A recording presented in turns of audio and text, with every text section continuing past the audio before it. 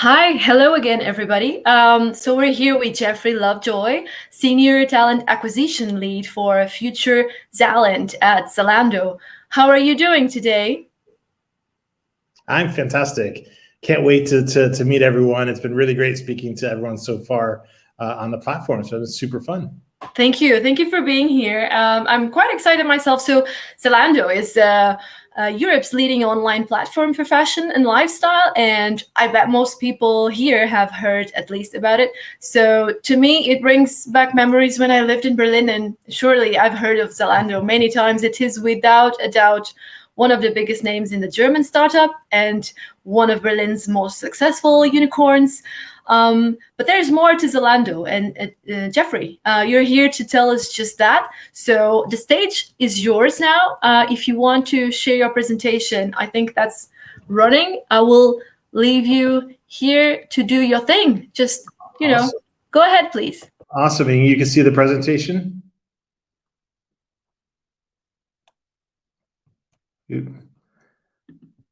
All right. Hopefully you all can see that. Thank you so much for inviting us and inviting Zalando to take part in the Tech Jobs France Fair today. Super amazing to meet you all. As she said, my name is Jeff Lovejoy, and that is my QR code to my LinkedIn profile. So do feel free to scan it. Connect with me on LinkedIn. I try to feed as much information out about Zalando, the opportunities we have. I try to also share helpful tips on how to be successful in recruitment processes and stuff. So anything I can do to help people find jobs is what I try to feed through my platform on LinkedIn. So do connect with me. So just going to show you a short little video of what Zalando is all about.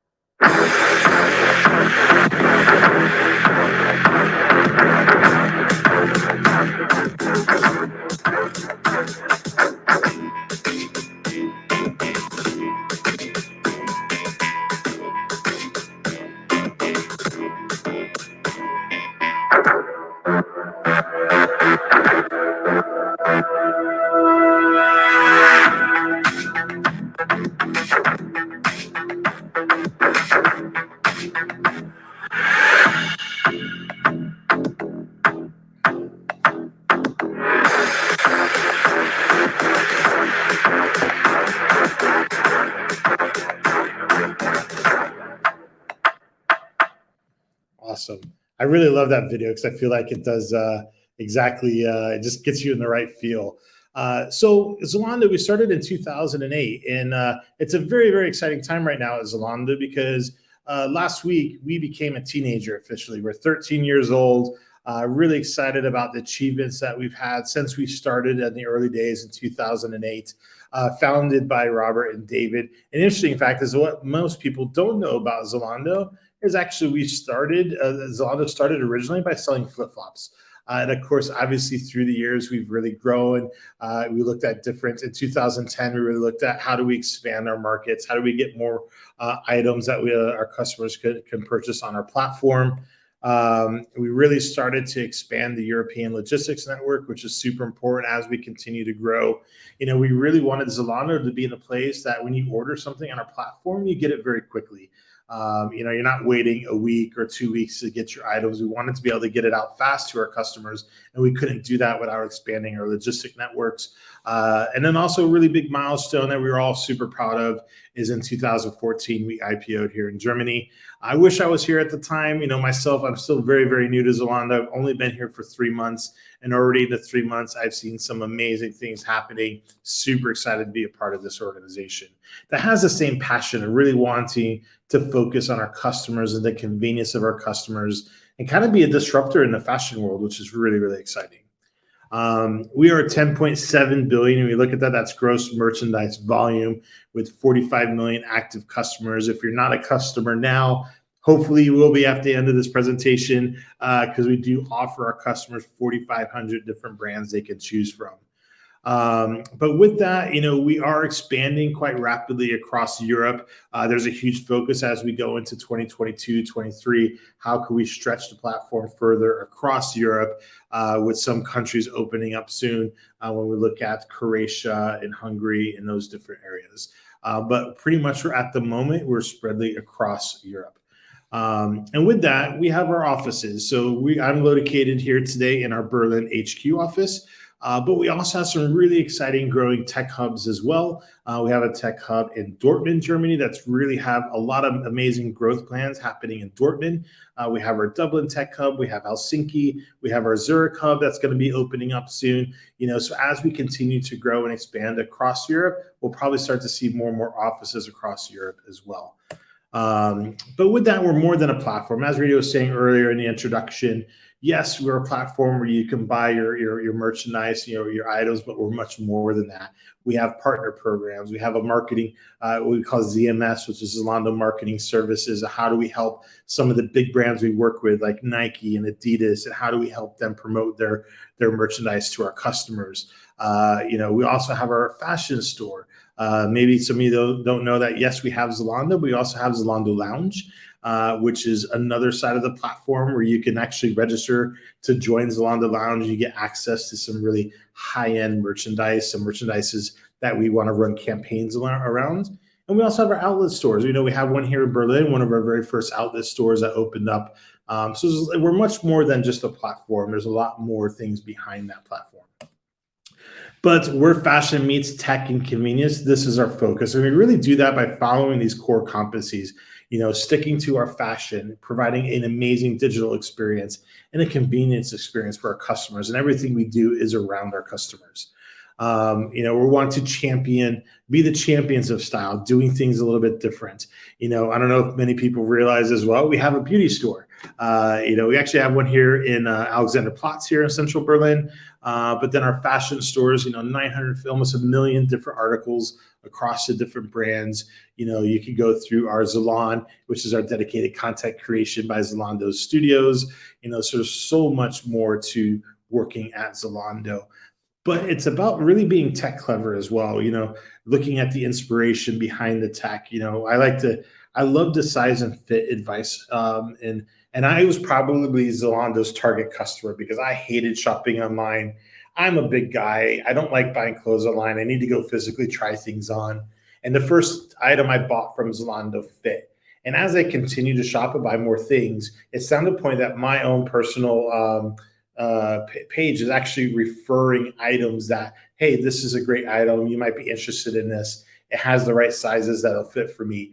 And it actually is starting to really personalize my own personal experience and gives me the confidence to want to shop on Zalando. So there is so much AI that's on the back end of our platform that's really helping drive these unique experiences for our customers.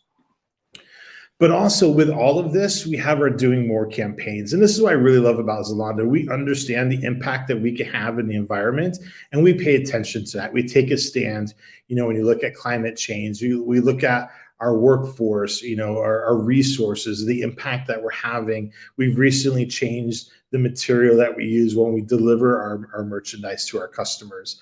So we're really looking at how can we help shape the future through fashion.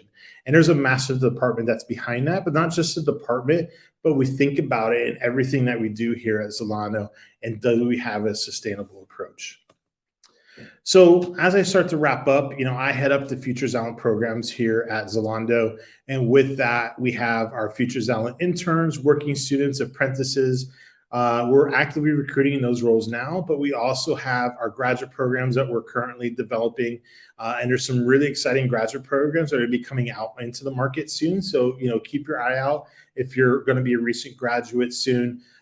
We also are building out a Future Zalent Accelerator program that hopefully will launch summer 2022. And that's going to be designed around tech and how can we find those that have a minimum experience in tech and really accelerate their career growth to where we can deploy them as junior software engineers. And also looking at our Future Zalent MBA programs as well. But that's just the early careers. We have a lot of other exciting opportunities across Zalando. We have over 1,000 roles currently live at the moment. So if you've graduating university, or you're maybe 5, 6, 7, 10 years in your career and you're looking for a change, trust me, go to our platform. There's going to be something there for you.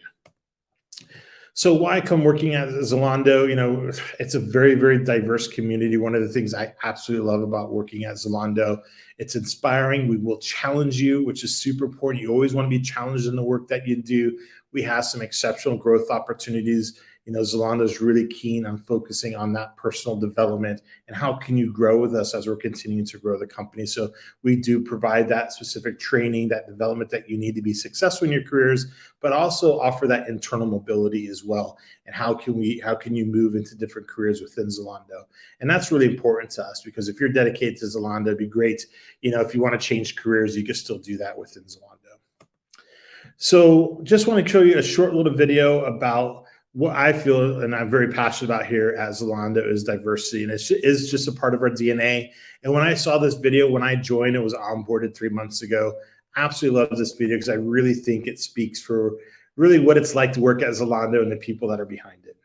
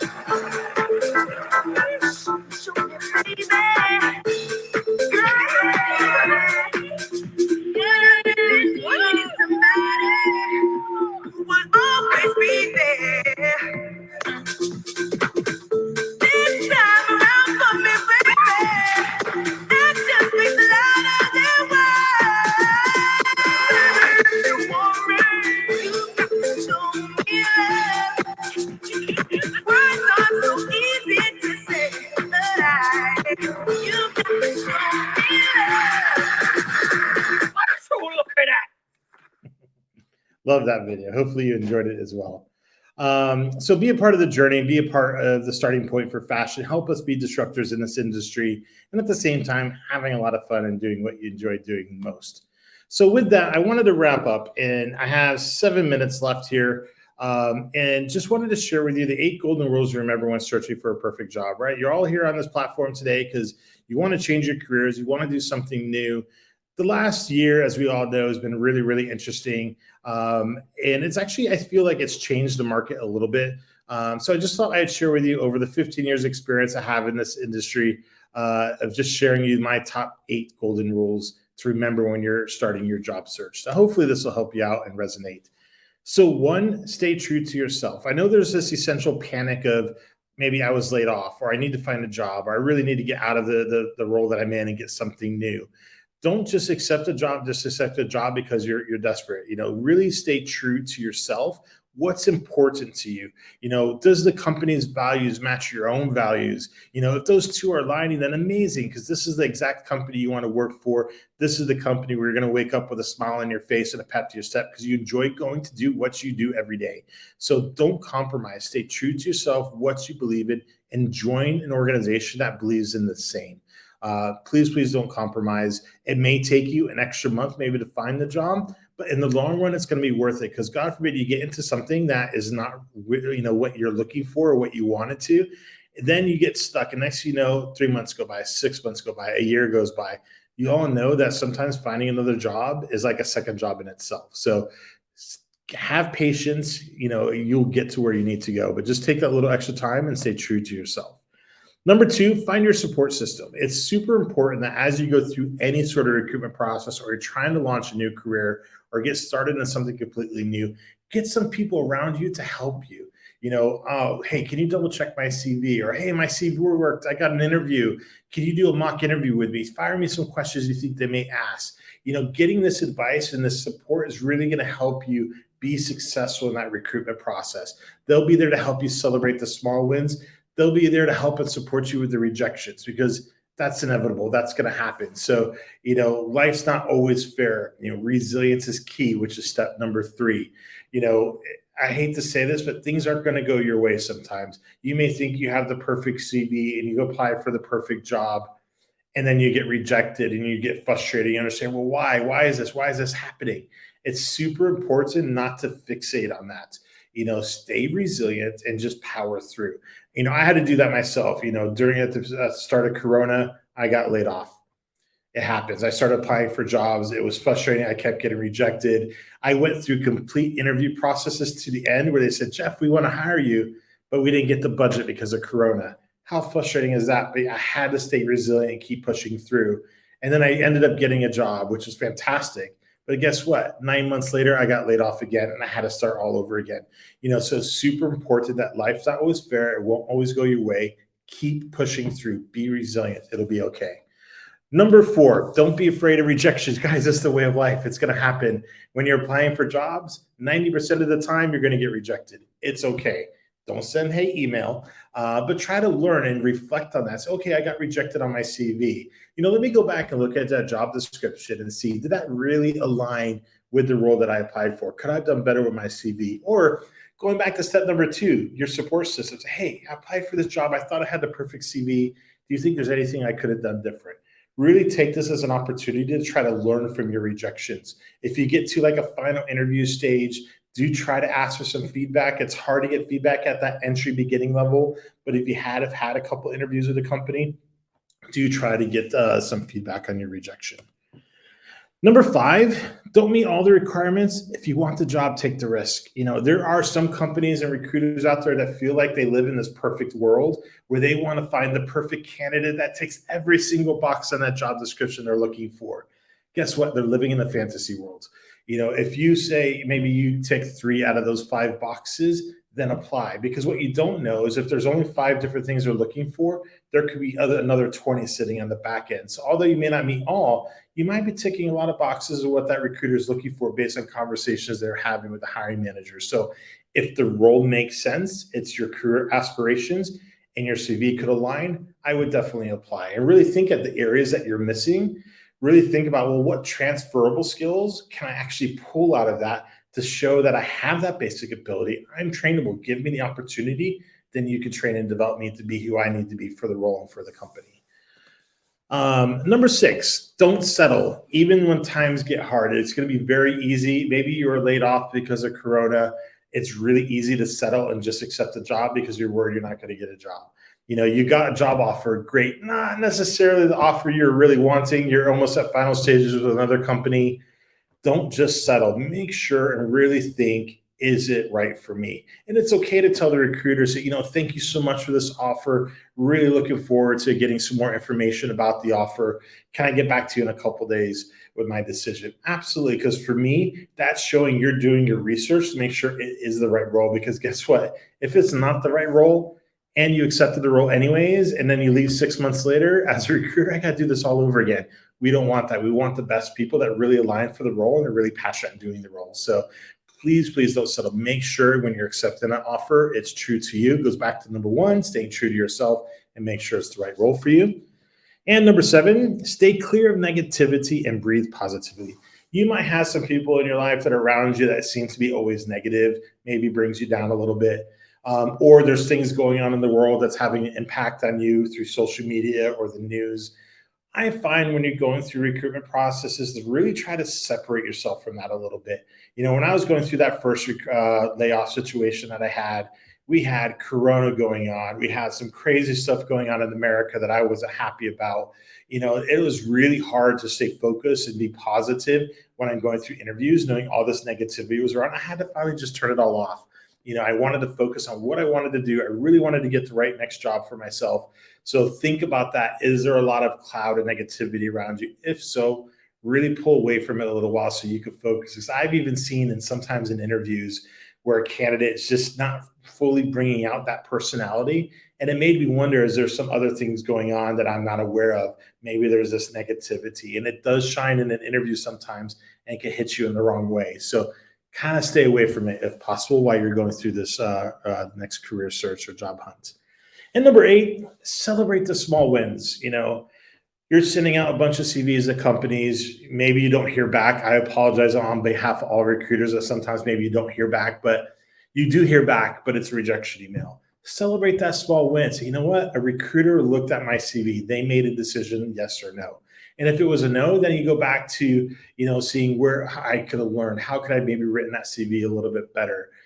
Or hey, my CV worked. I got an interview. Rally up your support system. Celebrate that small win and start preparing yourself for that next step. But celebrating those small wins really helps keep the momentum that you have, the excitement and passion you have about finding a new career. And that really helps you kind of get that through when you're going in the interview process. You'll start to really shine because you're celebrating all these small wins that you're really excited about.